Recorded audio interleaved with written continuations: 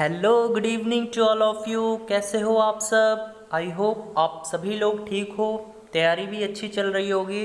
Guys, जैसा कि आप सभी लोगों को मालूम होगा कि आपका एग्ज़ाम डेट जो है वो अनाउंस कर दिया गया है ना। यानी जिन भी स्टूडेंट को एग्ज़ाम डेट नहीं पता है, मैं फिर से बता देना चाहता हूँ कि आपका एग्ज़ाम जो है 31 अक्टूबर है ना, 31 अक्टूबर 2020 को होगा और एक जो है 1 नवंबर 2020 को होगा। यानी दो डेट जो है वो एग्ज़ाम कंडक्ट होंगे। दो डेट को, पहला डेट है 31/10/2020, दूसरा डेट है 1/11/2020। ठीक है, तो हो सकता है 31 तारीख को जो एग्ज़ाम कंडक्ट करवाया जाए उसमें पॉलिटेक्निक इंजीनियर और पीपीई यानी पार्ट टाइम पॉलिटेक्निक इंजीनियर है ना, और दूसरा जो एग्ज़ाम कंडक्ट होगा यानी जो 1 तारीख को एग्ज़ाम होगा वो होगा पीएम और पीएमडी वाले स्टूडेंट्स के लिए, है ना। तो आप लोग जो है अच्छे से तैयारी कीजिए। अब तो एग्ज़ाम डेट भी जो है आपका अनाउंस हो गया है। अब आप लोग इसको अच्छे से, मतलब जितना भी आप पढ़ चुके हैं, जितना भी पुराने स्टूडेंट जो भी हैं, अगर आप अपना सिलेबस ख़त्म कर चुके हैं तो आप लोग जो है अभी पढ़ाई स्किप मत कीजिएगा, रिवीजन कीजिएगा। ठीक है, और जितने भी नए स्टूडेंट हैं जो अभी भी तैयारी स्टार्ट नहीं किए हैं वो भी आज से तैयारी अपना स्टार्ट कर दें, क्योंकि आप सभी लोग को मालूम है आज से अगर देखा जाए तो अभी 1 महीना जो है बाकी है। ठीक है, 1 महीना बहुत ज़्यादा हो गया आप सभी लोगों के लिए। 1 मंथ में आप चाहो तो कुछ से मतलब बहुत कुछ कर सकते हो यार। तो आप लोग भी जो है अब दिन रात एक कर दीजिए, अच्छे से तैयारी कीजिए। अच्छे से तैयारी कीजिएगा, देन अच्छा नंबर आएगा, अच्छा रैंक आएगा और अच्छे कॉलेजेस मिलेंगे। ओके गाइज, चलिए आज की क्लास स्टार्ट की जाए। गाइज, वीडियो स्टार्ट करने से पहले यदि आप लोग इस चैनल पे पहली बार विजिट कर रहे हो ना तो इस चैनल को सब्सक्राइब कर लेना और बेल आइकन को प्रेस कर लेना। ठीक है, क्योंकि आपको यहाँ हर तरह का एजुकेशनल वीडियोस मिलेगा, चाहे आप पॉलिटेक्निक इंजीनियरिंग का तैयारी करते हो या फिर पीएम यानी पैरामेडिकल का। ओके गाइज, चलिए पहला क्वेश्चन आप सभी की स्क्रीन पर है। क्वेश्चन है, भारत पाकिस्तान युद्ध कब घटित हुआ? 1948 में, 1965 में, 1971 में या इन सभी वर्षों में? जल्दी से आंसर दे दीजिए। सब स्टूडेंट को आंसर देना है। जो लाइव आ गए हैं आप लोग वीडियो को भी शेयर कर दीजिए ताकि और भी स्टूडेंट्स लाइव आ जाएं। तो वेरी गुड, यानी जिन भी स्टूडेंट ने ऑप्शन डी आंसर किया है वो सही है। यानी भारत और पाकिस्तान का युद्ध कब कब हुआ था? तो 1948 में, 1965 में और 1971 में हुआ था, है ना। तो ऑप्शन डी जो है आपका सही हो जाएगा। चलिए अब एक क्वेश्चन आप लोग बताइए, भारत और चीन के बीच युद्ध कब लड़ा गया था? जल्दी बताइए, भारत और चीन के बीच जो है युद्ध कब लड़ा गया था? चलिए ऑप्शन देता हूँ, 1962, दूसरा ऑप्शन है 1966। जल्दी से बता दीजिए प्यारे बच्चों, भारत और चीन के बीच युद्ध जो है वो कब लड़ा गया था? जल्दी बताइए, भारत और चीन के बीच युद्ध कब लड़ा गया था?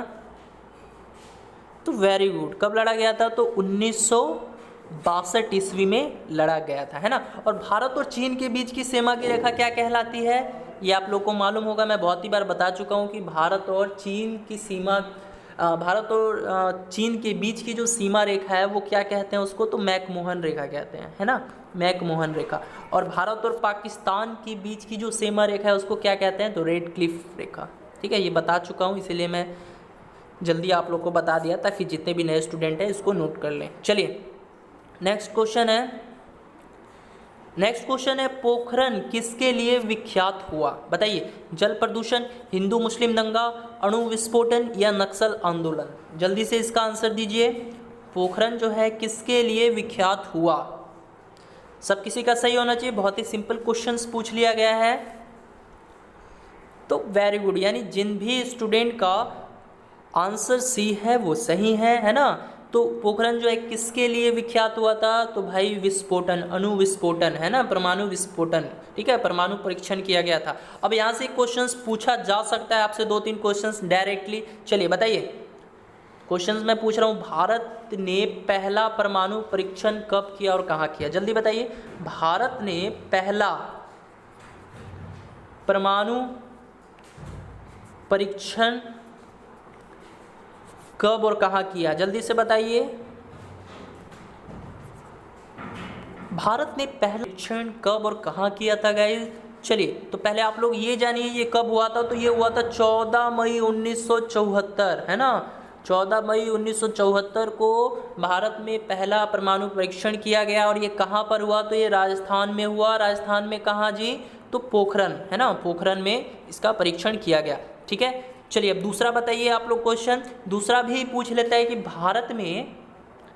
भारत में जो दूसरा परमाणु परीक्षण है वो कब हुआ? बताइए, भारत में दूसरा परमाणु परीक्षण कब हुआ?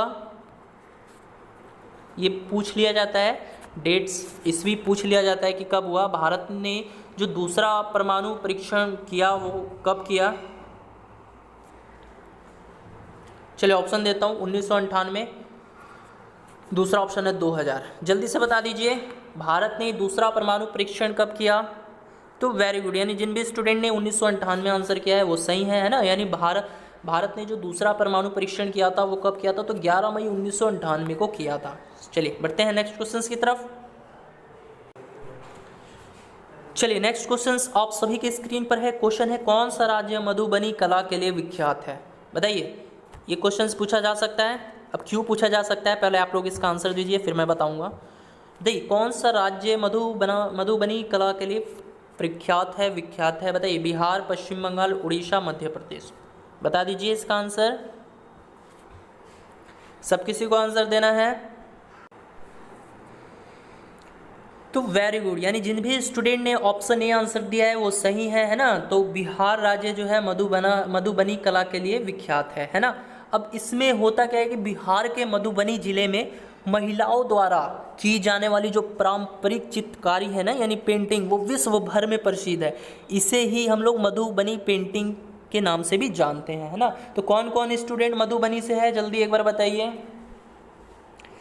बहुत से स्टूडेंट मधुबनी से भी हैं, ठीक है।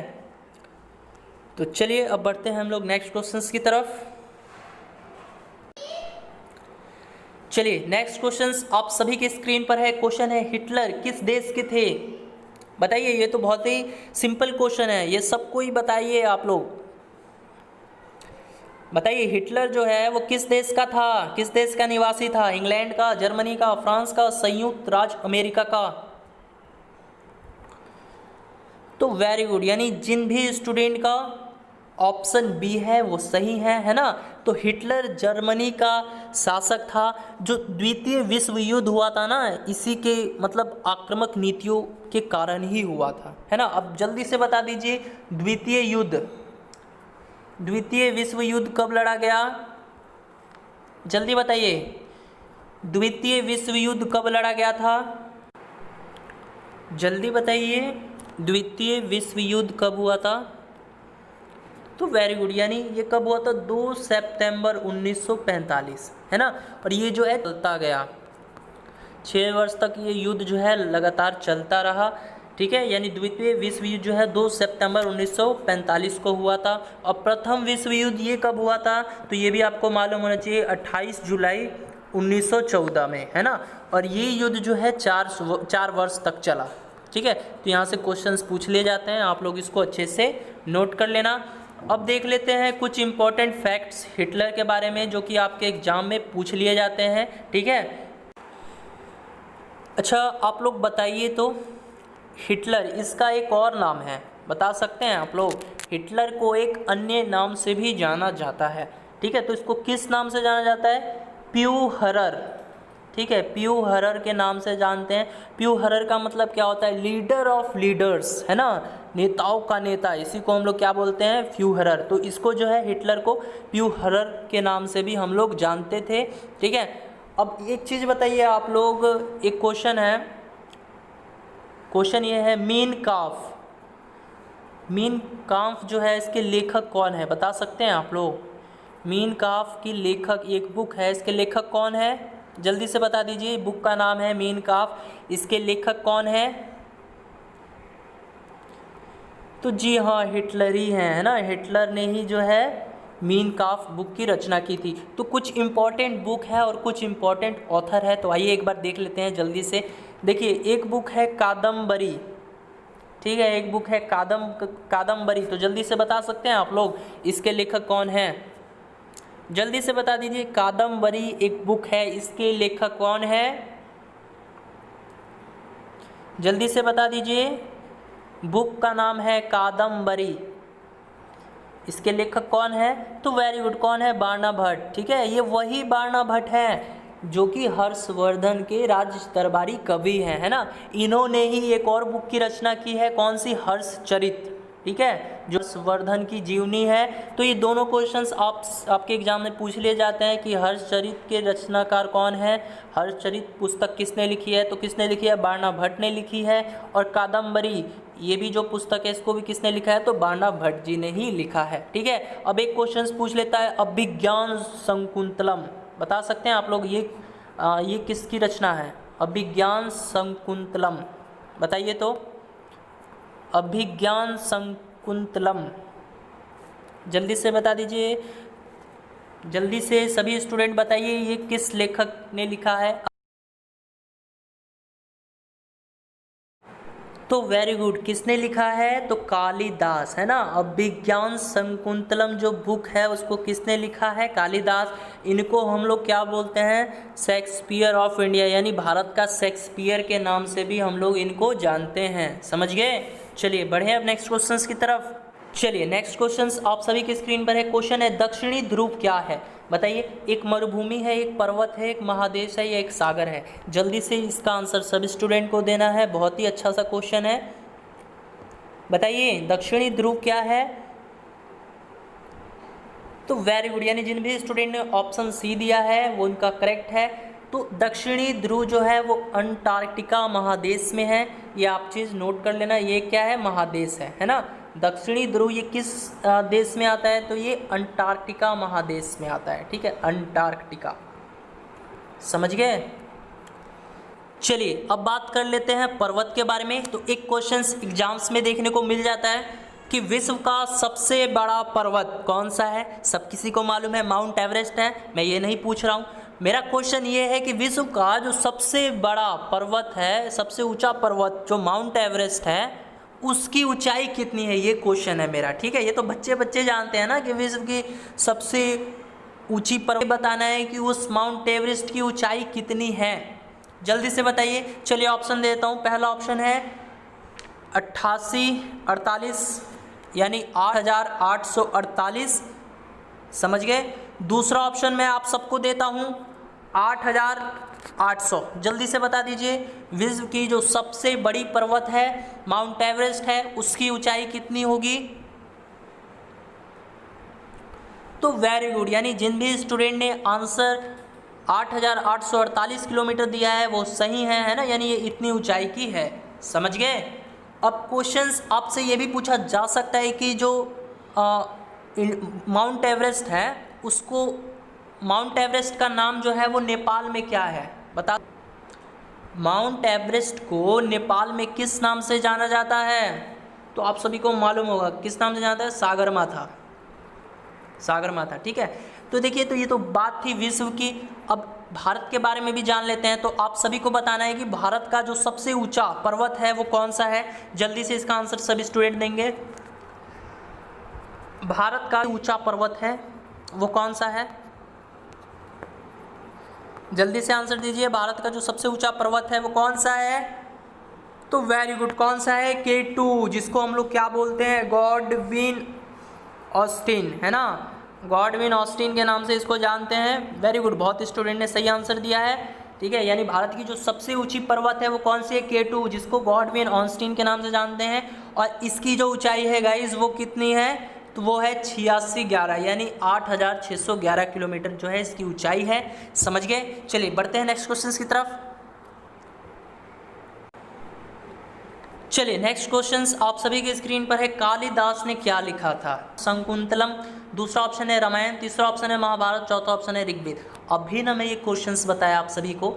यदि आप लोग वीडियो अच्छे से देख रहे हो तो इसका आंसर आप लोग राइट दे दोगे। तो जल्दी से इसका आंसर दे दीजिए। कालिदास ने जो है किस बुक की रचना की? इसके लेखक मतलब कालिदास की कौन सी बुक है यही बताना है हमको। बताइए कालिदास की रचनात्मक बुक कौन सी है? इनमें से कौन सी किताब है? तो वेरी गुड, कौन सी है जी? अभिज्ञान शकुंतलम। अभी मैंने आपको बताया, इन्हें क्या कहा जाता है? भारत का शेक्सपियर कहा जाता है। समझ गए। अब मैं आपसे पूछूं कि रामायण के लेखक कौन है? तो आप लोग को मालूम होना चाहिए, महर्षि वाल्मीकि, है ना, इनके लेखक हैं रामायण के।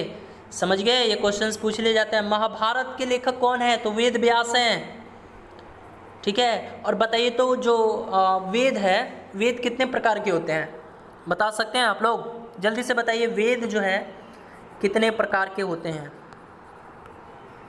जल्दी से सब स्टूडेंट बताइए, वेद कितने प्रकार के होते हैं, कौन कौन से होते हैं? तो वेरी गुड, वेद जो है 4 प्रकार के होते हैं। कौन कौन से होते हैं भैया? ऋग्वेद होता है ना, सामवेद होता है, यजुर्वेद होता है, और एक अर्थवेद होता है। समझ गए? ये तो बहुत ही सिंपल क्वेश्चन था, तो सबको ही बता देता। चलिए बढ़ते हैं नेक्स्ट क्वेश्चन की तरफ। नेक्स्ट क्वेश्चन आप सभी की स्क्रीन पर है। क्वेश्चन है कोणार्क मंदिर, है ना? बताइए कहाँ है? उत्तर प्रदेश में है, मध्य प्रदेश में है, उड़ीसा में है, या पश्चिम बंगाल में है? जल्दी से इसका आंसर सभी स्टूडेंट देंगे।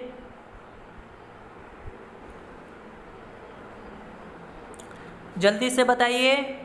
वेरी गुड, यानी जिन भी स्टूडेंट का आंसर ऑप्शन सी है वो सही है ना? कोणार्क मंदिर, इसको हम लोग ब्लैक पैगोडा के नाम से भी जानते हैं, ये भी याद कर लेना। कोणार्क मंदिर ना देके आपसे पूछे ब्लैक पैगोडा कहाँ है, तो उड़ीसा में है। कोणार्क मंदिर को ही हम लोग ब्लैक पैगोडा के नाम से जानते हैं, ये उड़ीसा में है। और ये जो है सूर्य मंदिर है, ठीक है, जो पूरा जग में प्रसिद्ध है। अब एक क्वेश्चन इससे और पूछ लिया जाता है, आप इससे रिलेटेड एक क्वेश्चन है, बताइए तो आप सब लोग, कोणार्क के जो सूर्य का मंदिर है वो किसने निर्माण किया था? कोणार्क के सूर्य के मंदिर का निर्माण किसने करवाया था? कोणार्क के सूर्य का जो मंदिर है उसका निर्माण किसने करवाया था?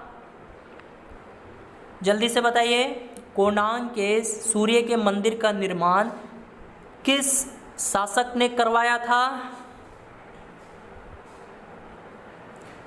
तो जी हाँ, किसने करवाया था? तो नरसिंहदेव ने करवाया था। ठीक है, ये किस वंश के शासक थे? तो ये गंग वंश के शासक थे। ठीक है, ये क्वेश्चंस पूछा गया है। ठीक है, ये क्वेश्चंस भी इंपॉर्टेंट हो जाता है आप लोगों के लिए, इसीलिए मैंने बता दिया। चलिए बढ़ते हैं नेक्स्ट क्वेश्चंस की तरफ।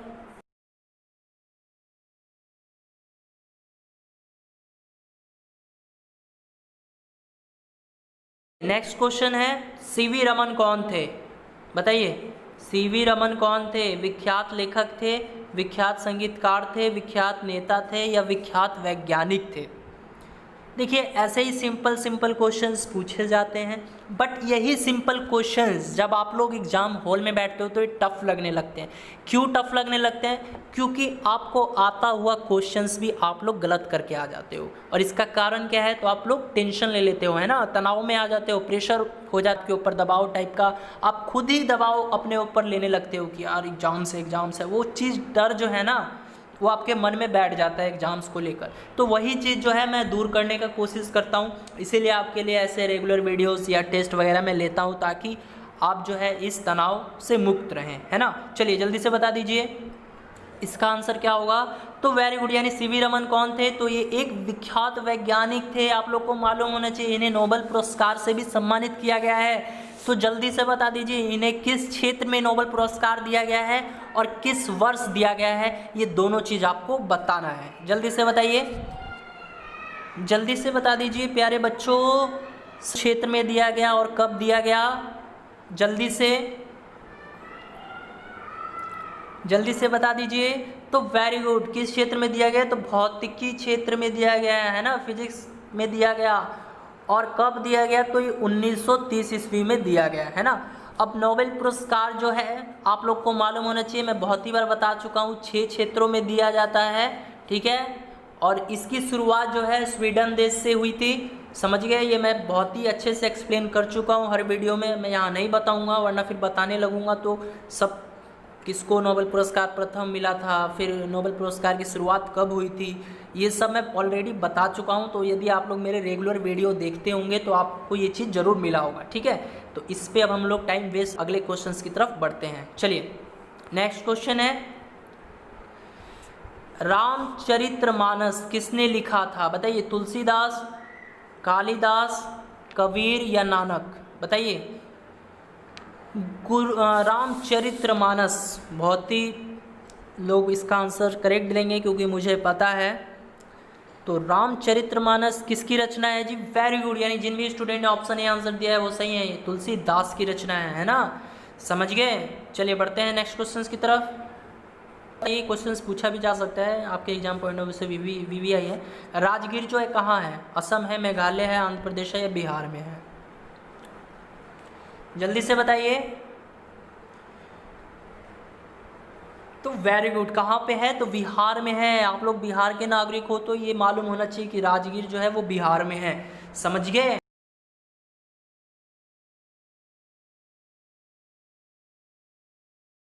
चलिए नेक्स्ट क्वेश्चन है, ज्ञानपीठ पुरस्कार किस लिए दिया जाता है? यानी कहने का मतलब ज्ञानपीठ जो पुरस्कार है ये किस क्षेत्र में दिया जाता है? पहला ऑप्शन है साहित्य, दूसरा ऑप्शन है खेलकूद, तीसरा ऑप्शन है सिनेमा, चौथा ऑप्शन है इनमें से कोई नहीं। जल्दी से इसका आंसर दे दीजिए, सब स्टूडेंट इसका आंसर दे देंगे, बहुत ही इजी क्वेश्चन है। जल्दी बताइए इसका आंसर क्या होगा? ऑप्शन ए होगा, ऑप्शन बी होगा, ऑप्शन सी होगा या ऑप्शन डी होगा? तो वेरी गुड, यानी जिन भी स्टूडेंट का आंसर ऑप्शन ए है वो सही है। ज्ञानपीठ पुरस्कार जो है वो किस क्षेत्र में दिया जाता है? तो साहित्य के क्षेत्र में दिया जाता है। चलिए ये तो आप लोगों ने बता दिया। चलिए ये क्वेश्चंस बताइए तो आप लोग, ज्ञानपीठ पुरस्कार की शुरुआत कब की गई? बताइए जल्दी से, सब स्टूडेंट को बताना है ज्ञानपीठ पुरस्कार की शुरुआत कब की गई।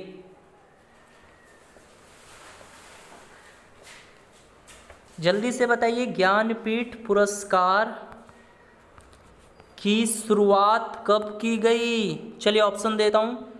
ऑप्शन है, पहला ऑप्शन है आपका 1965, दूसरा ऑप्शन है 1967। जल्दी से बता दीजिए ज्ञानपीठ पुरस्कार की शुरुआत कब की गई? तो वेरी गुड, यानी जिन भी स्टूडेंट ने 1965 आंसर दिया है वो सही है ना। तो ज्ञानपीठ पुरस्कार की शुरुआत 1965 में की गई। और सबसे पहला ज्ञानपीठ पुरस्कार किसे दिया गया ये भी आप लोग एक बार बता दीजिए। सर्वप्रथम ज्ञानपीठ पुरस्कार जो है भारत के साहित्य के क्षेत्र में किसको दिया गया? जल्दी बताइए, ज्ञानपीठ पुरस्कार सर्वप्रथम किसको दिया गया?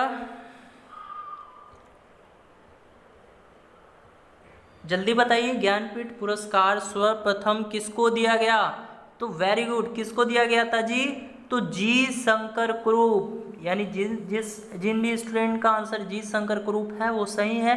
तो सबसे पहले जो है ज्ञानपीठ पुरस्कार से किसे सम्मानित किया गया था? जी शंकर कुरूप को, ठीक है। देखिए ऐसे ही क्वेश्चंस पूछ लिए जाते हैं आपके एग्जाम्स में। चलिए अब देख लेते हैं खेलकूद, ठीक है। तो आप सभी लोग को मालूम होना चाहिए कि देखिए खेल में दिया जाने वाला सर्वोच्च पुरस्कार है वो कौन सा है? तो आप लोग को मालूम होना चाहिए राजीव गांधी खेल रत्न पुरस्कार, है ना। देखिए राजीव गांधी खेल रत्न पुरस्कार जो है वो किस क्षेत्र में दिया जाता है? तो खेलकूद में दिया जाता है। ये आप लोग नोट कर लेना, क्वेश्चन इस तरह से पूछ लेगा कि खेल में कौन सा पुरस्कार दिया जाता है खेलकूद में? तो राजीव गांधी खेल रत्न पुरस्कार जो है वो खेलकूद में दिया जाता है, ठीक है। अब बताइए तो खेल के प्रशिक्षकों को कौन सा पुरस्कार दिया जाता है जी? जल्दी बताइए, खेल के प्रशिक्षकों को कौन सा पुरस्कार दिया जाता है? ये बहुत ही वीवीआई क्वेश्चन है, आप लोग इस पे स्टार लगा लीजिएगा। ये क्वेश्चंस पूछ लिया जाता है कि खेल के प्रशिक्षकों को कौन सा पुरस्कार दिया जाता है? तो द्रोणाचार्य पुरस्कार, ठीक है। द्रोणाचार्य पुरस्कार जो है वो दिया जाता है किसको? खेल के प्रशिक्षकों को, है ना। और जो सिनेमा जगत में कौन सा पुरस्कार दिया जाता है? तो आप सभी को मालूम होना चाहिए कि दादा साहेब फाल्के पुरस्कार जो है वो सिनेमा के क्षेत्र में दिया जाने वाला भारत का सर्वोच्च पुरस्कार है, समझ गए। यदि वीडियो अच्छी लग रही हो तो इस वीडियो को लाइक भी करते रहो। और चलिए बढ़ते हैं नेक्स्ट क्वेश्चन की तरफ। चलिए नेक्स्ट क्वेश्चन आप सभी की स्क्रीन पर है। क्वेश्चन है भारत क्या है? ये तो किसी का भी गलत नहीं होगा। बताइए तो क्या है? एक गणराज्य है, एक संघ राज्य है, एक धर्मनिरपेक्ष राज्य है या इनमें से सभी? जल्दी से बताइए। देखिए इसमें जो टोटल 20 क्वेश्चन है वो बहुत ही इजी है ना। मैं जानता हूँ आप लोग सॉल्व कर लोगे, बट इस 20 क्वेश्चंस को छोड़कर मैं जितने भी इंपॉर्टेंट क्वेश्चंस आप बहुत ही कम जानते होंगे उसमें से, ठीक है। तो आप लोग उस चीज़ पे भी ध्यान देना। ये नहीं कि बस 12 नंबर कर लिया, 13 नंबर कर लिया, 14 नंबर कर लिया, बस इस वीडियो में 20 क्वेश्चंस हम लोगों ने सीखा, ऐसा कुछ नहीं है। क्वेश्चंस तो 20 हैं, बात सही है, बट जितने भी इंपॉर्टेंट फैक्ट्स बता रहा हूँ वो भी आपके एग्जाम्स में पूछा ही जाएगा, ठीक है। तो आप लोग जो है अच्छे से देखिए, अगर आप लोग अच्छे से देखा ना तो ये क्वेश्चन जो है यहाँ पर नंबर ऑफ क्वेश्चंस जो होंगे वो 70 प्लस हो जाएंगे, ठीक है। 70 प्लस जो है आज की इस वीडियो में अगर क्वेश्चंस अगर आप लोग नोट करने बैठोगे तो ये 70 प्लस क्वेश्चंस हो जाएंगे, ठीक है। तो क्वेश्चन जो है आप लोग काउंट मत कीजिए कि सर आपने तो सर 10 ही क्वेश्चंस करवाया, थोड़ा क्वेश्चंस का सीरीज बढ़ाने से नहीं होता है। मैं एक क्वेश्चंस आपको एक्सप्लेन करता हूँ, फिर मैं चाहता हूँ कि जितने भी उससे रिलेटेड क्वेश्चंस बने मैं सबको एक्सप्लेन कर दूँ, जिससे आपको मतलब एग्जाम्स में कहीं से भी पूछ देगा घुमा फिरा कर, तो आपको दिक्कत ना हो, ठीक है। तो मैं इस लेवल का पढ़ाता हूँ आपको, ठीक है। चलिए अब बताइए, तो बताइए भारत क्या है। तो वेरी गुड, यहाँ से मैं जानता था सबका आंसर सही होगा, यानी इनमें से सही ऑप्शन डी जो है वो आपका राइट आंसर हो जाएगा। तो सबको पता है भारत एक गणराज्य, संघराज्य एवं धर्मनिरपेक्ष राज्य है ना। सबको ये शुरू से पढ़ता आ रहा है, तो इस क्वेश्चन का आंसर जो है क्या हो जाए, सभी, ऑप्शन डी जो है आपका राइट आंसर हो जाएगा। चलिए बढ़ते हैं नेक्स्ट क्वेश्चन की तरफ। तो गाइज नेक्स्ट क्वेश्चन है, अमर्त्य सेन को किसके लिए नोबेल पुरस्कार दिया गया। बताइए, साहित्य क्षेत्र में दिया गया, अर्थशास्त्र के क्षेत्र में दिया गया, चिकित्सा शास्त्र के क्षेत्र में दिया गया, या रसायनिक शास्त्र के।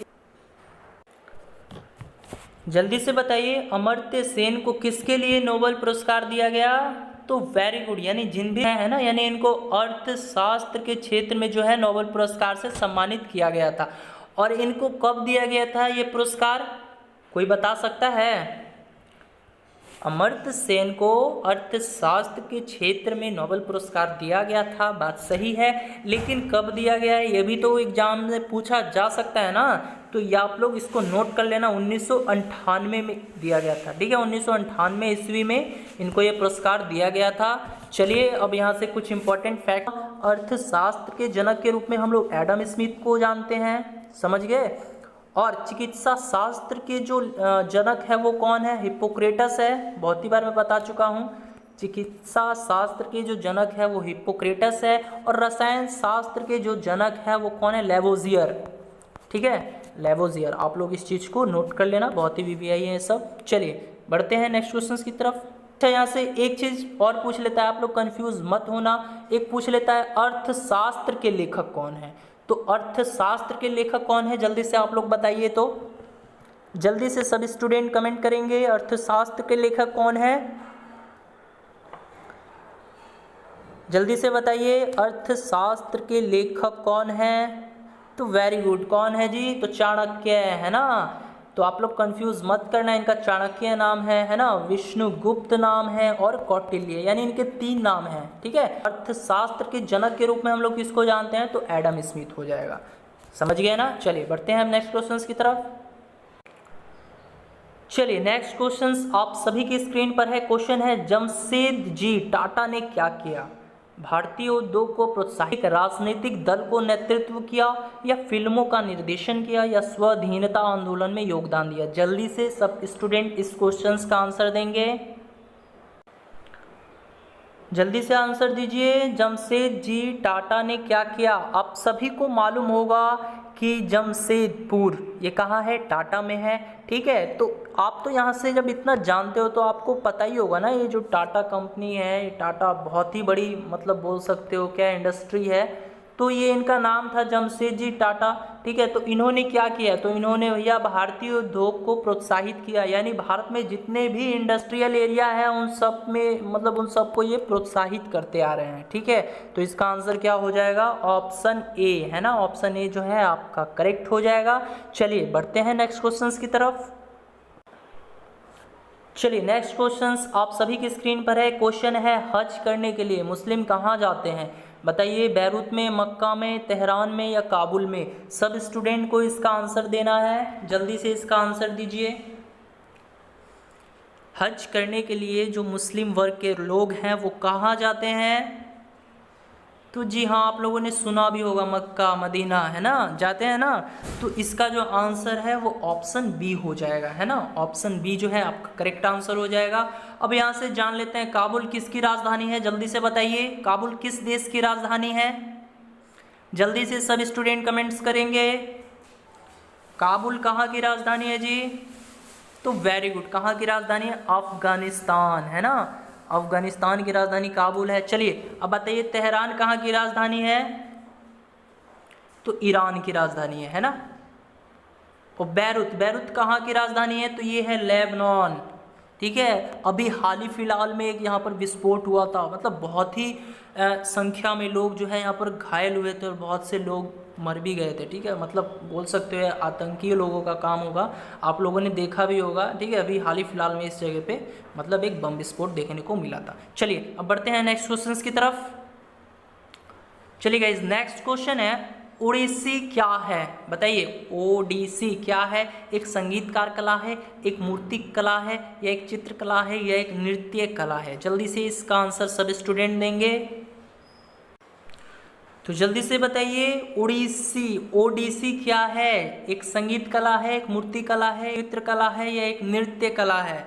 तो जिन भी स्टूडेंट का आंसर ऑप्शन डी है वो सही है। ये क्या है? एक नृत्य कला है, ठीक है। इसको डायरेक्टली आप लोग याद कर लेना। चलिए बढ़ते हैं नेक्स्ट क्वेश्चंस की तरफ।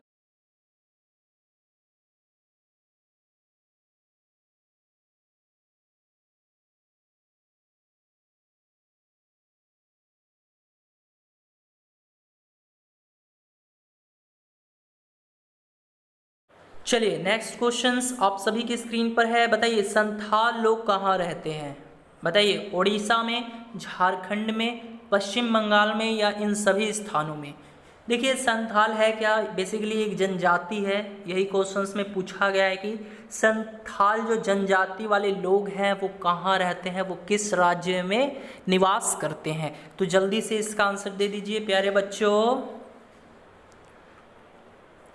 जल्दी से बता दीजिए। तो वेरी गुड, यानी जिन भी स्टूडेंट का आंसर ऑप्शन बी है वो सही है। तो संथाल जनजाति के लोग कहाँ निवास करते हैं जी? तो झारखंड में, है ना। चलिए बढ़ते हैं नेक्स्ट क्वेश्चंस की तरफ। गाइस नेक्स्ट क्वेश्चन है विश्वनाथन आनंद क्या खेलते हैं? कौन सा खेल खेलते हैं? नाम क्या है इनका? विश्वनाथन आनंद, ठीक है। डायरेक्टली आपसे पूछ लेगा विश्वनाथन आनंद का किस खेल से संबंधित है, तो जल्दी से बता दीजिए। शतरंज, क्रिकेट, टेनिस, फुटबॉल?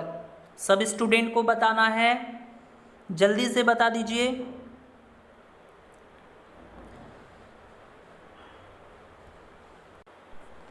तो वेरी गुड, यानी जिन भी स्टूडेंट का ऑप्शन ए आंसर है वो सही है ना। तो आप लोग को याद रखना है कि भारत के विश्वनाथन आनंद जो है शतरंज के एकदम महान खिलाड़ी हैं, ठीक है। अरे गरे नहीं, ये बहुत ही बड़ा नाम है इनका, तो आप लोग इसको नोट कर लेना, पूछा जा सकता है। चलिए बढ़ते हैं नेक्स्ट क्वेश्चंस की तरफ। नेक्स्ट क्वेश्चन है पंडित रविशंकर क्या है? अब बताओ, ये क्वेश्चंस मैं नहीं बता चुका हूँ, मैं आपसे कई बार बोल चुका था कि जितने भी वाद्य यंत्र हैं और उनसे संबंधित जितने भी व्यक्ति हैं आप लोग नोट कर लेना। ऐसे क्वेश्चंस आपको एग्जाम्स में देखने को मिल जाते हैं, ठीक है। कभी कभी तो खिलाड़ियों के नाम भी पूछ लिया जाता है और उनके नाम, यानी खिलाड़ियों के नाम और वो किस खेल से संबंधित है, ये भी क्वेश्चन जो है आपको एग्जाम्स में देखने को मिल जाते हैं। तो यहाँ पर पूछ लिया गया है कि पंडित रविशंकर है, इनका संबंध जो है किस क्षेत्र से है? बताइए। तो शिक्षक हैं, गायक हैं, लेखक हैं, या एक सितार वादक हैं? बता दीजिए इसका आंसर क्या होगा, बता दीजिए। तो वेरी गुड, यानी जिन भी स्टूडेंट का आंसर ऑप्शन डी है वो सही है ना। तो पंडित रविशंकर भारत के ही नहीं बल्कि विश्व प्रसिद्ध सितार वादक हैं, इसको अच्छे से नोट कर लेना, ठीक है गाइज। चलिए बढ़ते हैं नेक्स्ट क्वेश्चंस की तरफ। अच्छा, यहाँ से कुछ इम्पॉर्टेंट क्वेश्चंस हम लोग जान लेते हैं, ठीक है। यहाँ से कुछ इम्पॉर्टेंट फैक्ट जो है वो जान लेते हैं जो आपके एग्जाम्स में पूछा जाता है, ठीक है। तो कुछ प्रसिद्ध व्यक्ति हैं और उनका संबंध जो है किस क्षेत्र से है ये आपको बताना है। चलिए मैं पूछता हूँ, ठीक है। तो आप लोग पहले मुझे ये बताइए जाकिर हुसैन, जाकिर हुसैन का संबंध जो है वो किस क्षेत्र से है? जल्दी से बता दीजिए। जाकिर हुसैन का संबंध किस क्षेत्र से है? चलिए ऑप्शन देता हूँ, तबला, दूसरा ऑप्शन है शहनाई। जल्दी से बताइए जाकिर हुसैन का संबंध किस क्षेत्र से है? तो वेरी गुड, किस क्षेत्र से है गाइस? तबला, है ना, तबला। तबला से संबंधित है, समझ गए। और बात करें शहनाई, तो शहनाई जो है वो किससे संबंधित है, बिस्मिल्लाह खान। ये भी जो है एग्जाम से पूछ लेता है कि बिस्मिल्लाह खान का संबंध किस वाद्य यंत्र से है, तो शहनाई से है। और पूछे जाकिर हुसैन का किस वाद्य यंत्र से संबंधित है, तो तबला से है। चलिए अब मैं पूछ लेता हूँ हरिप्रसाद चौरसिया के बारे में पूछ लेता है, तो बताइए आप सभी को बताना है हरिप्रसाद चौरसिया का संबंध किस वाद्य यंत्र से है। सब स्टूडेंट इसका आंसर देंगे विदाउट ऑप्शन। चलिए हरिप्रसाद चौरसिया का जो संबंध है किस वाद्य यंत्र से है, तो वेरी गुड, किस वाद्य यंत्र से है जी, तो बांसुरी। ठीक है, इसको नोट कर लेना, ये बहुत ही वीवीआई है। चलिए अब बताइए, तो एक और है शिव कुमार। शिव कुमार का संबंध किस वाद्य यंत्र से है, तो चलिए मैं बता देता हूँ, संतूर। इसको भी आप लोग नोट कर लेना, बहुत ही वीवीआई है। मैं बार बार चिल्ला चिल्ला कर बोल रहा हूँ कि ये सब इंपॉर्टेंट है, पूछ लिए जाते हैं 1-2 क्वेश्चंस, समझ में आया ना। चलिए नेक्स्ट क्वेश्चन है, बिरसा मुंडा कौन था, बता दीजिए। एक साम्यवादी नेता, एक जनजाति विद्रोही, एक हॉकी खिलाड़ी, या इनमें से कोई नहीं। जल्दी से बताइए, सब स्टूडेंट को आंसर देना है। आज की इस वीडियो का ये लास्ट क्वेश्चन है, लास्ट क्वेश्चन सही होना चाहिए आप सभी लोगों का, जल्दी से बता दीजिए। तो वेरी गुड, कौन था, नाम से ही पता चल रहा है ना, बिरसा मुंडा, यानी कोई गुंडा टाइप का होगा, है ना, विद्रोही टाइप का होगा कोई, तो क्या होगा, एक जनजाति विद्रोही था, है ना। तो देखिए ये मुंडा जो है एक जनजाति है, और इसी जनजाति के लोगों ने जो है ये विद्रोह किया, और इस विद्रोह का नेतृत्व किसने किया, तो बिरसा ने किया था, है ना। तो आप लोग इस तरह से इसको रिलेट करके याद कर सकते हो। ठीक है गाइस, तो कैसी लगी वीडियो, यदि वीडियो पसंद आई हो तो इस वीडियो को शेयर कर दो और लाइक कर दो, और चैनल पे नए हो तो इस चैनल को सब्सक्राइब कर लो। और अगली वीडियो जो है वो साइंस की आएगी, यानी साइंस में आज आप लोगों ने जो टेस्ट दिया था, तो साइंस के जो 20 क्वेश्चंस थे, उसी क्वेश्चंस को मैं अगले वीडियो में आपके सामने प्रस्तुत करूँगा। ठीक है, तो आज की इस वीडियो में इतना ही, मिलते हैं नेक्स्ट वीडियो में, बाय बाय।